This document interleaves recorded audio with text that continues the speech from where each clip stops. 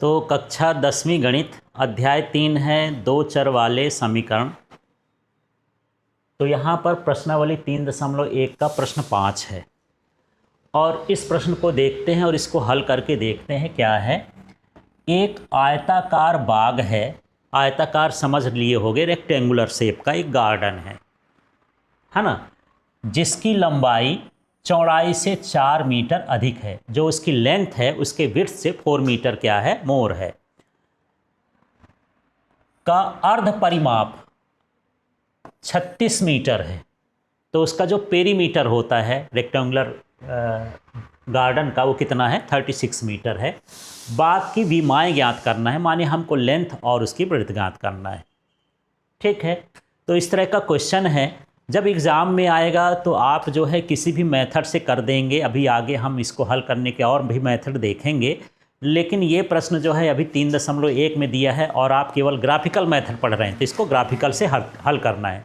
लेकिन एग्ज़ाम में लिख के यदि नहीं आता है कि आपको ग्राफी विधि से करना है, ग्राफिकल मेथड से, कि सब्स्टिट्यूशन से, कि और किसी विधि से, तो आप किसी भी विधि से कर सकते हैं। फिलहाल अभी इसका सॉल्यूशन हम ग्राफिकल विधि से निकालेंगे। तो यहाँ पर हम क्या लिखेंगे, सबसे पहले जो चीज़ हमको निकालना होता है उसको मान लेते हैं, क्योंकि अननोन है। तो यहाँ पर मान लेते हैं, माना आयताकार बाग की लंबाई x मीटर है। मीटर में दिया है तो हम मीटर ही लिख लेंगे। एवं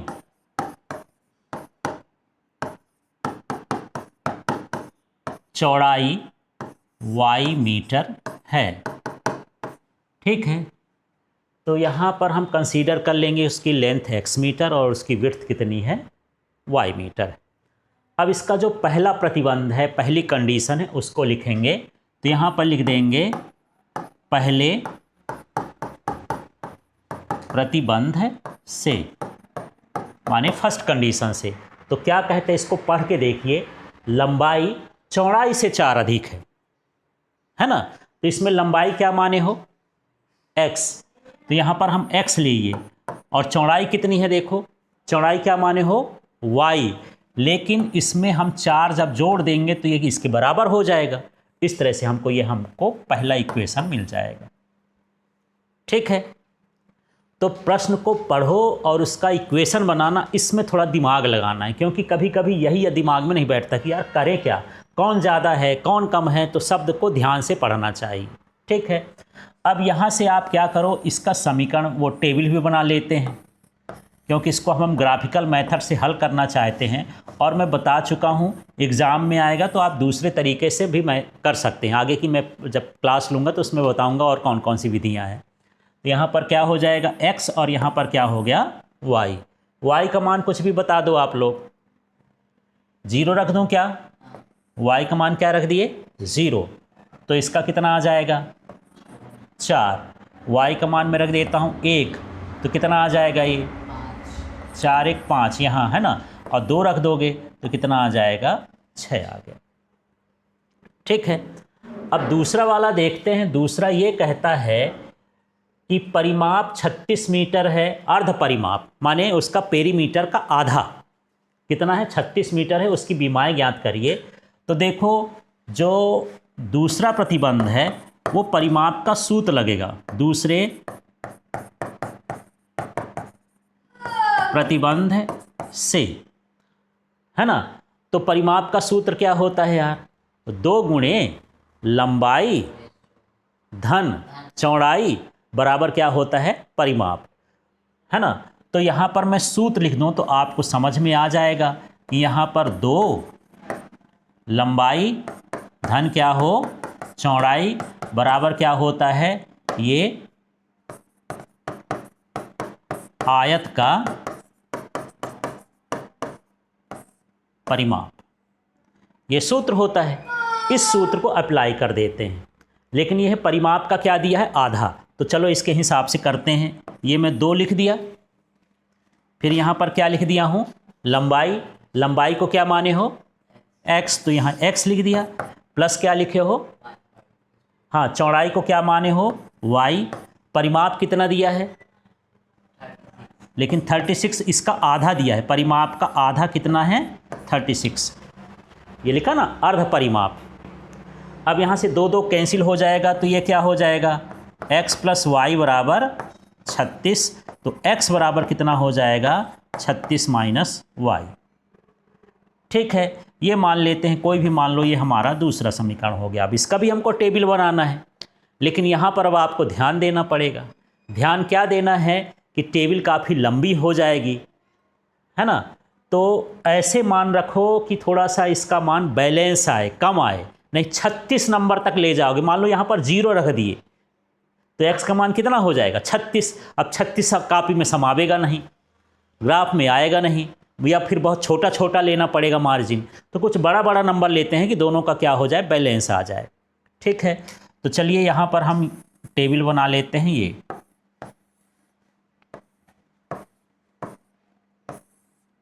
ये हो गया x और ये हो गया y। अब थोड़ा सा हम सोच रहे हैं कि x का मान बड़ा कर लें, y का मान कम रख लेते हैं, तो y का मान मैं 10 से चालू कर देता हूँ, तो 26 हो जाएगा यार, ज़्यादा हो जाएगा, 10 ही रख लेते हैं y का मान। y का मान क्या रख लें 10, तो ये मैं 10 रखा तो x का कितना आएगा 26, यहाँ 10 रखोगे तो 36 में 10 कैंसिल हो जाएगा, कम हो जाएगा। और क्या रख दूँ 11 रख देता हूँ, इसको छोटा रखना है, उसी को बड़ा रख देते हैं। 11 रख देंगे तो कितना आ जाएगा 25 आ जाएगा, और 12 रख दें तो कितना हो जाएगा, ये कितना हो जाएगा 24। अब यहाँ तो सरल हो गया। अब आपको दिमाग लगाना है काहे वाले में, ग्राफ वाले में।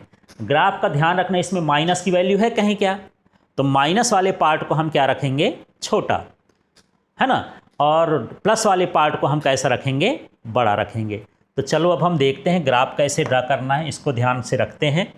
तो ये मैं यहाँ पर ये लाइन उठाया, x उधर हमको ज़्यादा चाहिए, तो जब हम कॉपी में करेंगे तो हम इधर से लाइन खींच लेते हैं ये। ठीक है, अभी मुझे भी नहीं पता कि 26 तक आ जाएगा कि नहीं आएगा, पर मैं ऐसा कर रहा हूँ और थोड़ा सा पीछे कर देता हूँ, क्योंकि मुझे x की तो ज़रूरत नहीं है बिल्कुल ना, तो मैं थोड़ा सा एक ही पॉइंट यहाँ कर देता हूँ, यहाँ तक ले लेता हूँ, यहाँ से। क्लियर हो गया। तो नंबर के हिसाब से आप ग्राफ करोगे। अब y में मुझे चाहिए कि माइनस वाई में चाहिए, y में ज़्यादा चाहिए, तो इसको भी मैं माइनस वाई वाला पार्ट क्या कर देता हूँ नीचे कर देता हूँ, ये इस तरह से।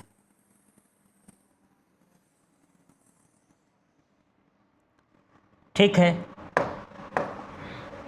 ये क्लियर हुआ इतना।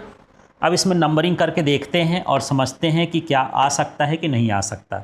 तो ये मैं किया, ये कितना गिनते जाना, 1, हमको y में कहाँ तक अधिकतम चाहिए 12 तक ना, हाँ, तो 1 हो गया, ये 2, ये हो गया 3, 4, 5, 6, 7, 8, 9, 10, 11, 12, 13 आ गया यहाँ, ये कवर कर लेगा। यदि ऐसा नहीं होता तो और छोटा छोटा कर लेंगे इनको।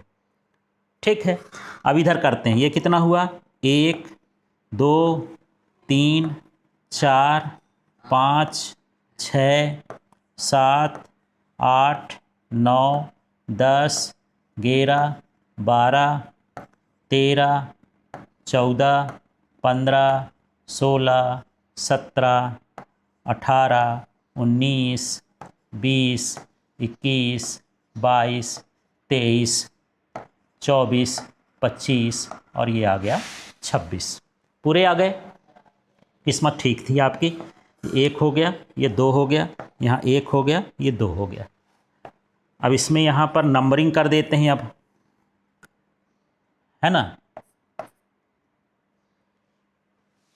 तो ऊपर वाला क्या कहलाता है y, नीचे वाला माइनस y, ये है माइनस x, और ये वाला क्या कहलाया x। ये सारा लिख दिए। अब नंबर कर देते हैं इसमें। ये क्या हो गया 1, 2, 3, 4, 5, 6, 7, 8, 9, 10, 11, 12, है ना। नंबर आप इधर भी डाल सकते हैं, कोई फिक्स नहीं रहता कि इधर ही डालना है। यहाँ पर 1, 2, 3, 4, 5 6 7 8 9 10 11 12 13 14 15 16 17 18 19 20 21 22 23 24 25 26, इस तरह से हर पॉइंट पर नंबर डाल देना है। यहाँ पर कर देते हैं। अब क्या हो जाएगा, ये -1, ये हो जाएगा -1 -2। यहाँ ज़्यादा ज़रूरत नहीं है, ऐसा बना लेंगे फिर आप। क्लियर हो गया इतना। अब हमको क्या करना है, इधर हम पहला वाला पॉइंट देखते हैं सारणी का। ये तो सरल सरल है, छोटा छोटा है। x का कितना है 4, तो y का कितना है 0।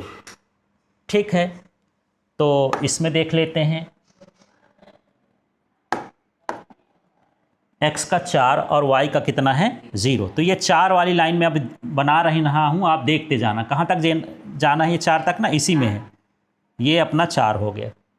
ठीक है, नेक्स्ट वाला देखो आप, फिर क्या है, x का 5 है तो y का कितना है 1। चलो आप ढूंढो इसमें, x का 5 ढूंढो, ये 5 है और y का कितना है 1 है। इसमें ग्राफ खींचा है तो कोई ज़्यादा ज़रूरत नहीं है, ये वाला पॉइंट बनेगा ना, तो ये मुझे एक पॉइंट ये मिल गया।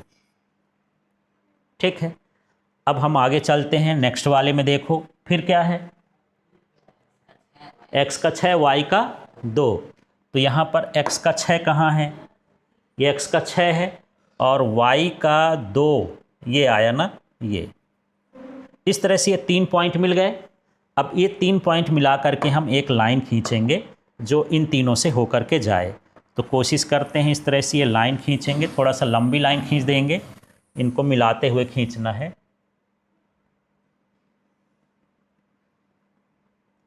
ठीक है, लाइन खींचते समय थोड़ा स्पेशल ध्यान देना है, इधर उधर बिंदु ना हो, नहीं कभी कभी जहाँ काटेगा ना वो ना मिलेगा तो दिक्कत हो जाएगी। ये किसका हो गया, हमको मिल गया समीकरण 1 का। ठीक है, और यहाँ पर हम बिंदु लिख देंगे, x का कितना है ये 4, y का कितना है 0, ये वाला क्या था, x का कितना है 5 और इसका कितना हुआ 1, x का कितना है 6, तो इसका हुआ 2। क्लियर हुआ, ये पहला वाला हमको मिल गया। अब हम दूसरे वाले के लिए देखेंगे। तो हाँ, दूसरी साइड में देखो, x का कितना है 26 और y का कितना है 10।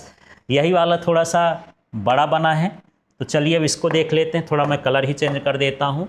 तो 26 था, ये 26 वाला पॉइंट इधर है और 10 वाला पॉइंट इधर है। ये वाली लाइन कहाँ गई, ये वाली लाइन ना, ये आते जाओ और यहाँ पर जो है मुझे क्या मिलेगा, यही लाइन है, थोड़ा मैच तो करो, ये मिलेगा। ठीक है, आप चाहो तो स्केल से भी डैश डैश करके लाइन खींच सकते हो, जैसे मैं पिछले वाले क्वेश्चन में बता रहा था। ठीक, इसके बाद अगला देखो। अब है x का 25, तो y का कितना है 11। तो x का 25 देख लेते हैं यार, ये x का 25 हो गया, ये 25 जा रहा है ना, और y का कितना हो गया 11। यहाँ कहीं आ रहा क्या, देखो, हाँ यहाँ पर आया, ये 11 आ गया। ठीक है, इसके बाद अब अगला देखो क्या है, x का कितना है 24 और y का कितना है 12।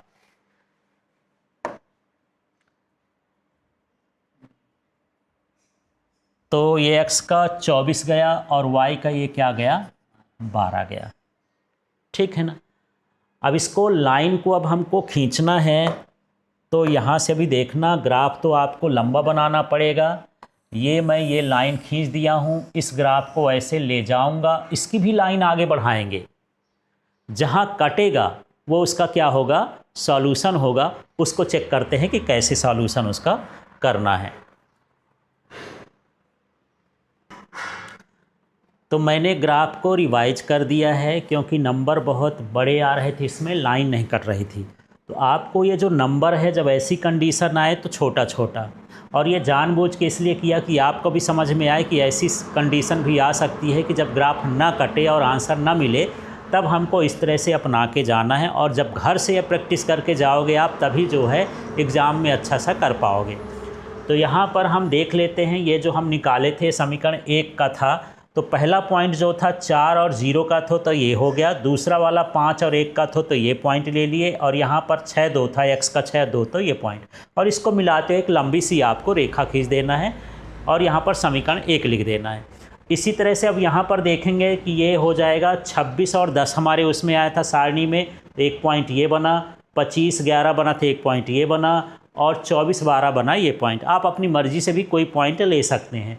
फिर इसको भी एक लाइन खींच देंगे ऐसे। आप देख रहे हो कि यहाँ से आप मिलाओगे, यदि इसको मैं मिला देता हूँ तो आपको समझ में आएगा कि ये जो है हमारा x में 20 आ रहा है और यहाँ पर ये क्या आ रहा है, 16 आ रहा है। मतलब यहाँ पर दोनों रेखाएं एक दूसरे को क्या कर रही हैं, काट रही हैं।